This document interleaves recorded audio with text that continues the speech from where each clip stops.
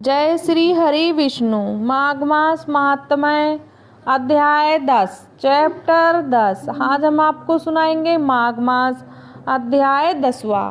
यमदूत कहने लगे कि हे वैश्य, एक बार भी गंगा जी में स्नान करने से मनुष्य सब पापों से छुटकर अत्यंत शुद्ध हो जाता है। जो मनुष्य गंगा जी को दूसरे तीर्थों के समान समझता है वह अवश्य नरक में आ जाता है।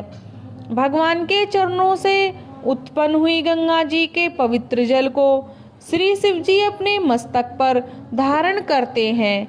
वह ब्रह्मा जो संदेह रहित प्रकृति से अलग और निर्गुण है, ब्रह्मांड में उसकी समानता किससे हो सकती है। गंगा जी का नाम हजारों योजन दूर से ही लेने वाला नरक में नहीं जाता, इसलिए मनुष्य को अवश्य में गंगा जी में स्नान करना चाहिए।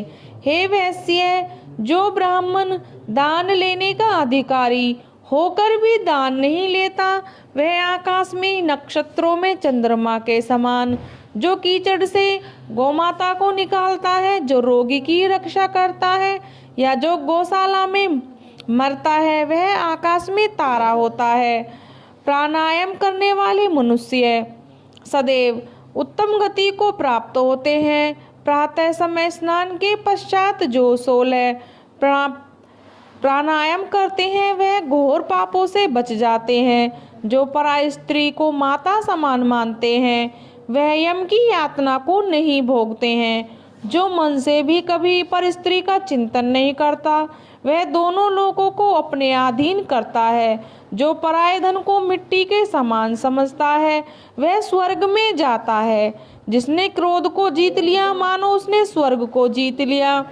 जो माता पिता की सेवा देवता तुल्य करता है यह यमद्वार नहीं देखता, और जो गुरु की सेवा करते हैं वह ब्रह्मलोक को प्राप्त होते हैं। सील की रक्षा करने वाली स्त्री धन्य है। सील भंग करने वाली स्त्री यमलोक को जाती है।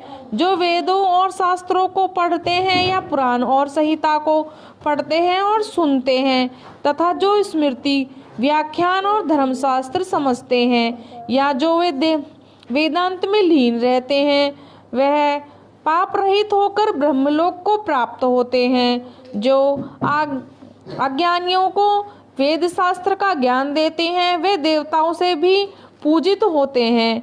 यमदूत ने कहा कि हे वैश्य, श्रेष्ठ यमराज ने हमको वही आज्ञा दे रखी है